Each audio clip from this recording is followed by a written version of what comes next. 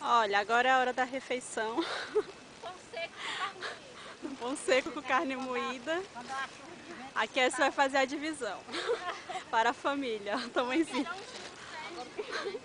Olha a mesa da família. Divide o pão, que Não, não dá esse pra daí é todo o meu, mundo. tia. Mãe tá botando muita carne. É, Kessia, tem que ser direitinho. Eu quero. Eu quero. Eu quero.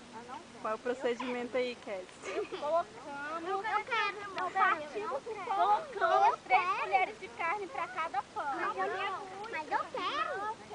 Divide o pão do meio. É a polêmica, gente. Será que... Não, assim não. Não quer, tu tem que falar que divide o pão no meio. É, senão não fica. Tia, coloca mais um pouquinho Vamos de ver. carne. Como é que a gente vai copiar a receita? Tia, coloca mais um pouquinho de carne. Você pega um pão carteiro, um pão normal que você compra em padaria tradicional. Tira a mão da divide. Dá licença. Cuidado com a moça. Divide ele ao meio, coloca 3 colheres de carne. Coloca 3 colheres de carne temperada já pronta. E assim, você divide, porque a disputa é muito grande. Você tem que saber dividir o pão. A distribuição tem que ser justa, né? Agora vamos falar com a dona da torta.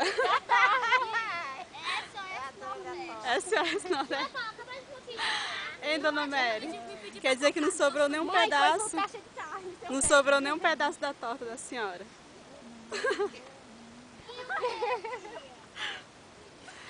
Não, e o pior, gente, Diga, nós Mary. vamos sem refrigerante. Ah, Vamos comer pão seco. Detalhe, pão. é o improviso. Vamos comprar um refrigerante ali fora na saída. Isso é se não tiver acabado, não vai ter que tomar água.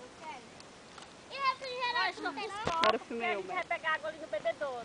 Parou de filmar? A dele cheira. Aqui é a Flávia, né? Aqui nem a Flávia aqui. Cadê a Flávia, gente? Ah, é. Ela agora vai... Diga, Flávia, em que você pode ser útil? Eu quero. Olha ali, ó. Pão tradicional. Cadê o teu, Bi? Pão carteiro, Olha o hein? pão dele. Olha, copo tem muito, só não sei. Olha o pão dele na mão dela. Aí, Gui, teu pão aí, Guilherme. Ó.